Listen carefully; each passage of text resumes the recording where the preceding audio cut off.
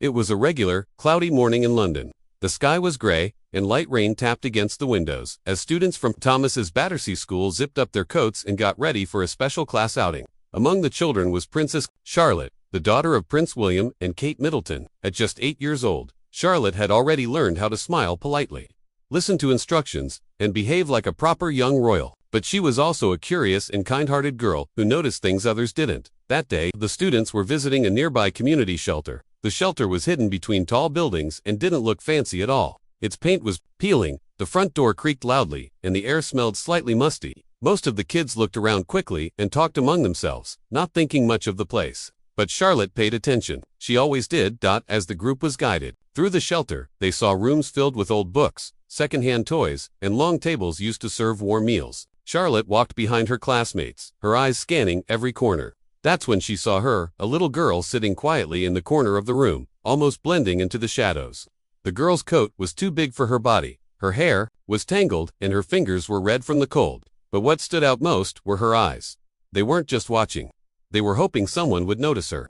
Charlotte didn't hesitate. She stepped away from her group, walked across the room, and gently said, "Hi." The girl looked up, surprised. She didn't respond at first, unsure if Charlotte was really talking to her.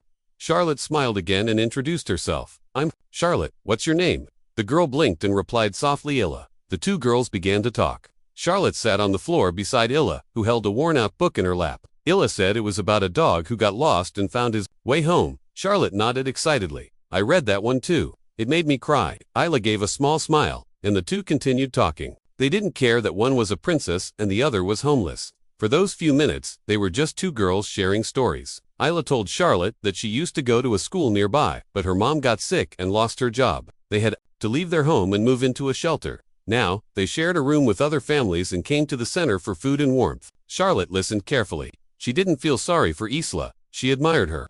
Isla spoke proudly about her mom's cooking, the drawings she kept in her backpack, and the puppy she dreamed of having one day. Charlotte was so focused on Isla's story that she didn't notice time passing. A young staff member, realizing the princess was missing from the group, walked in and looked relieved when she saw Charlotte sitting with Isla. She smiled nervously and gently told Charlotte it was time to rejoin her class.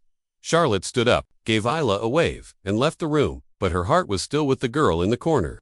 That evening, something felt different back at Kensington Palace. During dinner, Charlotte was unusually quiet. She played with her food and looked deep in thought. Kate noticed right away. "Everything okay, sweetheart?" she asked. Charlotte looked up slowly. "Mommy, there was a girl at the shelter today. Her name was Isla. She's my age. She's really nice and smart, but she doesn't have a home." Both Kate and Prince William paused, listening carefully. Charlotte continued sharing everything she had learned about Isla.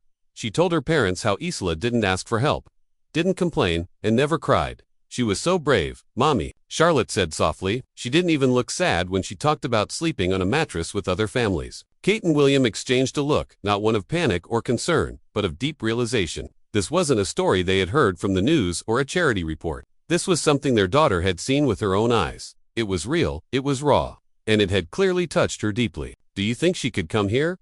Just for tea?" Charlotte asked, almost afraid to say the words. "Or maybe play in the garden. I think she'd really like it here." Kate reached out and gently held Charlotte's hand. "That's a very kind idea," she said, her voice filled with emotion. Charlotte's face brightened. She began describing Isla's drawings, how her mom used to be a librarian, and the puppy she hoped to have one day. Kate asked real questions, not the kind adults ask to humor children, but thoughtful ones that showed she was truly listening. What did she say about her school? What does she like to read? Did she talk about her mom? Charlotte answered everything, happy to share. After dinner, once Charlotte was tucked into bed, Kate stood by the large palace window, looking out at the peaceful gardens. William joined her, sensing something on her mind. "She really wants to help," Kate whispered. William nodded. "And what do you think?" Kate turned toward him. Her expression was soft but serious. "I think we need to meet this little girl." The next morning, something magical happened. Charlotte woke up very early, much earlier than usual for a Saturday. She walked downstairs in her pajamas, holding a crumpled piece of paper. Kate, still in her robe, sipped tea in the kitchen and raised an eyebrow when she saw her daughter. "You're up already?" Charlotte smiled and handed her the note. "It's a letter for Isla." Kate opened it carefully and read the short, sweet message written in a child's neat handwriting. "Dear Isla, I liked talking to you. I told Mommy about you. Would you like to come for tea? We have dogs. Your friend, Charlotte." Kate read it twice. Her heart melted. There was no royal planning behind it, no headlines to chase. Just a pure, honest message from one little girl to another. "This is beautiful," Kate said. "Can we give it to her today?" Charlotte asked eagerly. Kate smiled and nodded. "Let me make a few phone calls." That afternoon, after speaking with the shelter's director and arranging proper security, Kate and Charlotte returned to the shelter, not with cameras, not with staff, but with kindness. They were taken into a small room where Isla and her mother, Amanda, were already waiting.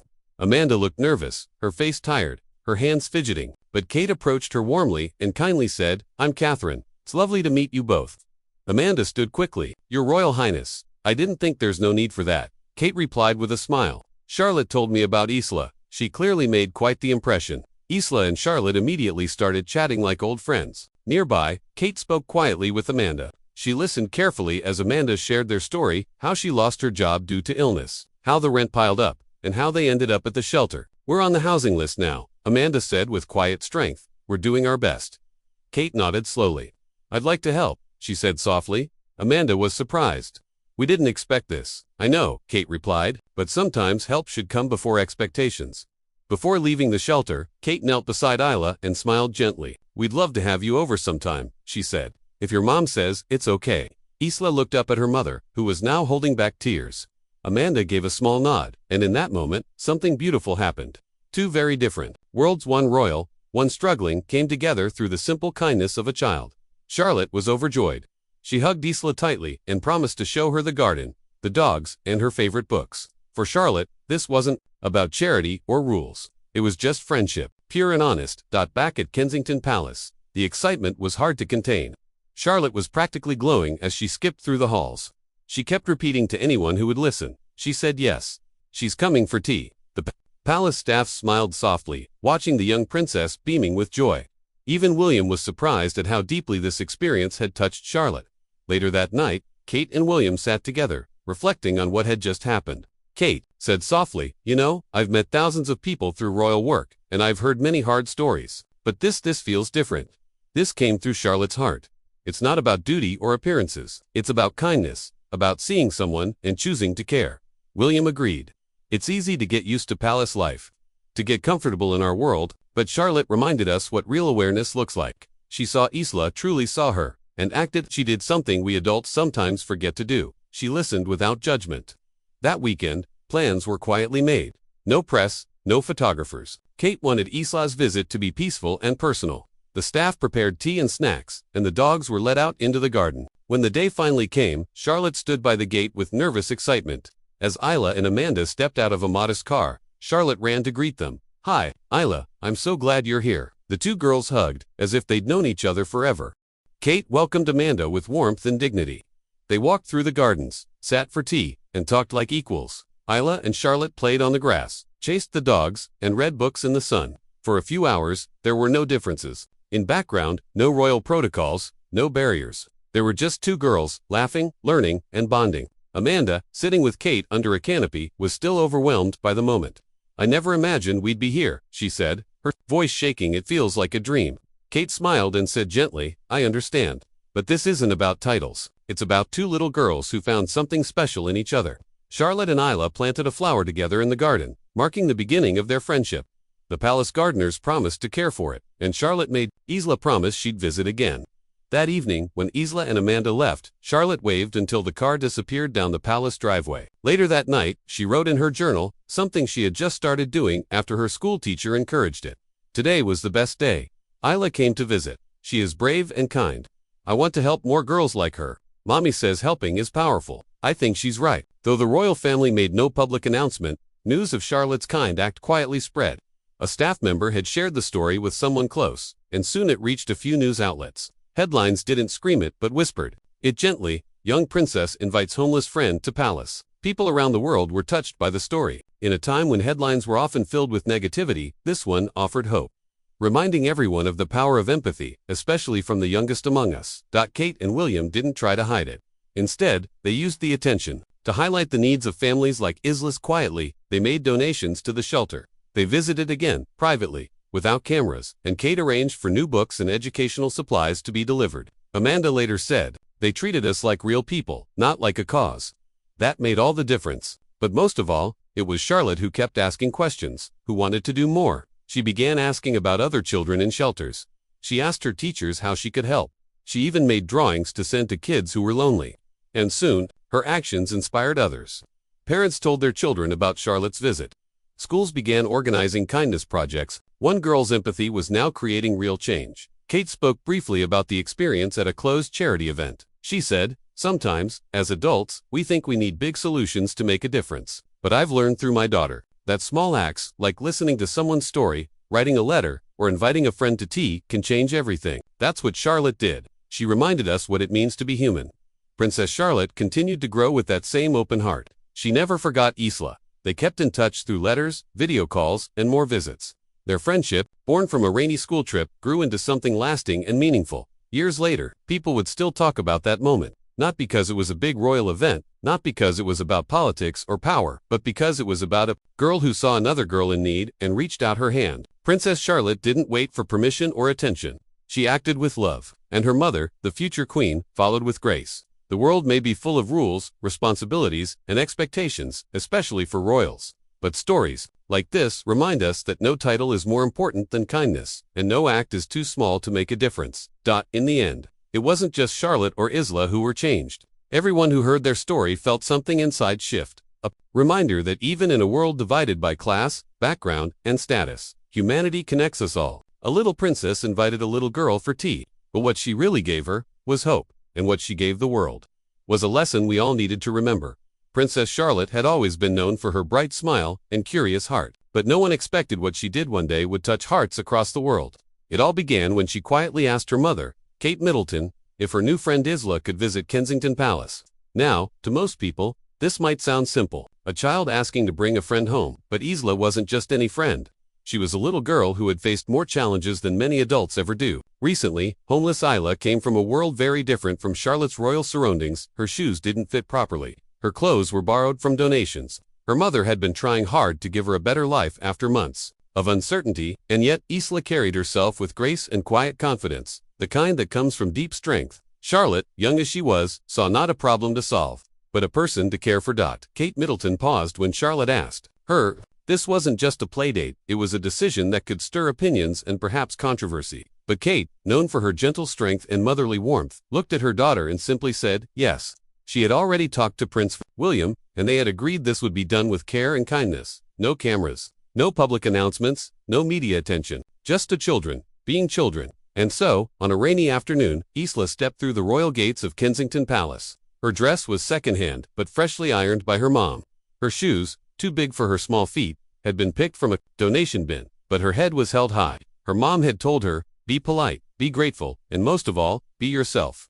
When Charlotte met her at the entrance, there were no curtsies, no titles, and no awkward introductions. The girls hugged tightly, like friends who had known each other forever. Kate stood nearby, watching the moment with a gentle smile. She didn't step forward to take credit or create a scene. This wasn't about her. This was about her daughter's heart and a little girl who needed a safe place to laugh, play, and feel seen. The staff had been briefed. No official photos, no media, no announcements. This wasn't a formal event. It was simply a visit, a playdate between two little girls. The girls played in the palace gardens, ran through the grass with Loop, the family dog, picked daisies, and laughed until their faces were red and their lungs out of breath. Kate herself brought them snacks. No nannies, no assistants, just moms serving two kids who couldn't stop giggling. When the day ended and Isla went home, Charlotte sat beside her mother and whispered. She didn't want to leave.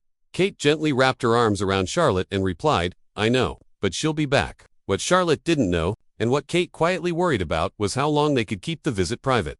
A few days later, the secret slipped.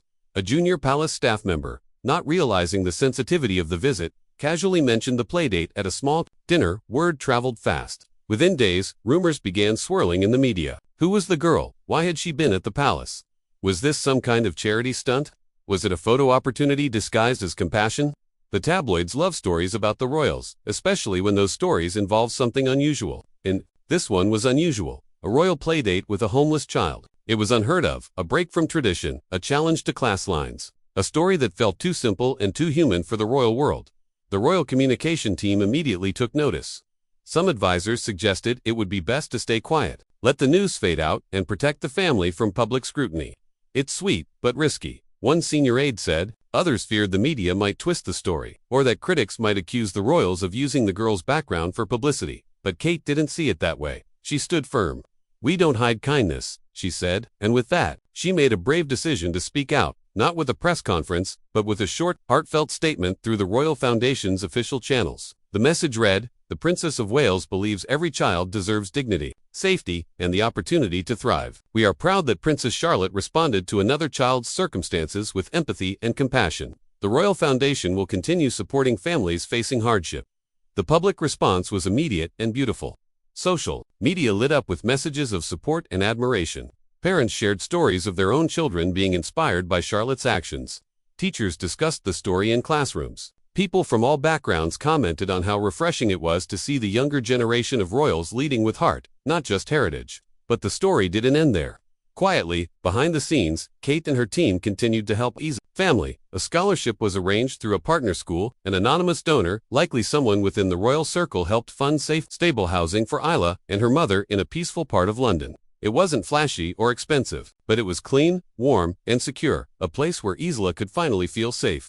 And then, one afternoon, Isla returned to the palace, not as a guest this time, but as a friend.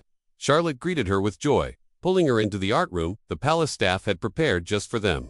They painted colorful scenes, made necklaces, and laughed over silly drawings they made of the palace workers. Kate peeked into the room and stood in the doorway. Two girls, one born into royalty, the other into hardship, sitting side by side, equal in laughter, equal in joy. Kate didn't step in for a photo or say something clever for the press. She just stood there, quietly watching, smiling.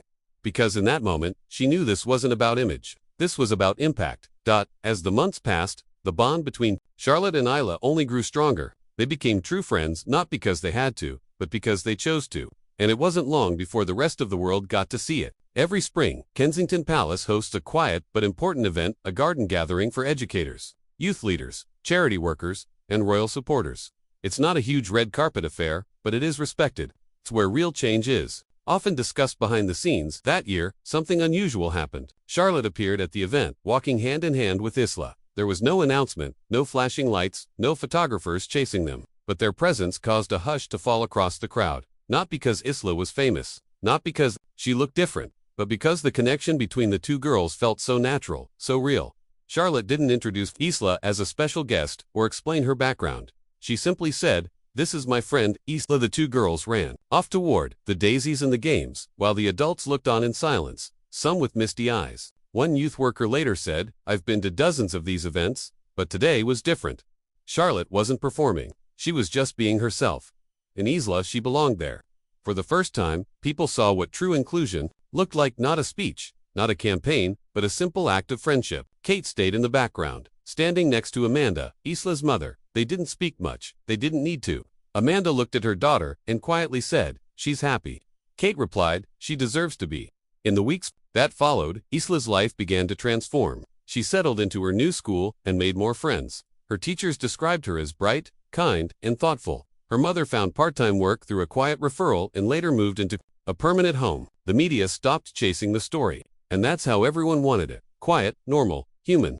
On Saturdays, Charlotte and Isla still saw each other. Sometimes they met at the palace. Sometimes at Isla's new flat. There were no cameras, no articles, just two girls, building memories, painting, reading, laughing, being silly, and growing together. Kate never spoke of the story again in public. But she didn't need to. The impact had already been made.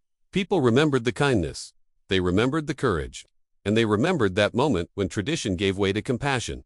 The story wasn't about changing the world in one day. It was about showing how small, thoughtful actions, when done with sincerity, can ripple through society. It was about saying yes when it would have been easier to say no. It was about allowing the heart to lead, even when rules say otherwise.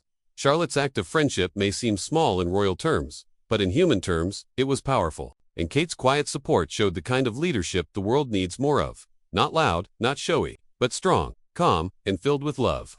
This moment will remain in people's hearts, not because it broke news, but because it built hope. So, now, we turn to you. What would you do if your child brought home a friend whose life story was completely different from yours? A child who didn't have fancy clothes or polished manners, but had a heart full of hope. Would you open the door? Would you welcome them? Would you allow kindness to guide your next step? Because that's what this story is truly about. Not crowns or castles, but choices. The choice to care, the choice to help, the choice to see someone not for where they came from, but for who they are. Princess Charlotte made that choice. Kate Middleton supported it, and in doing so, they reminded the world of a very simple truth. Empathy changes lives, even behind palace walls. Don't forget to like, share, and subscribe for more emotional royal stories that show the heart behind the headlines. Thanks for watching, and we'll see you in the next one.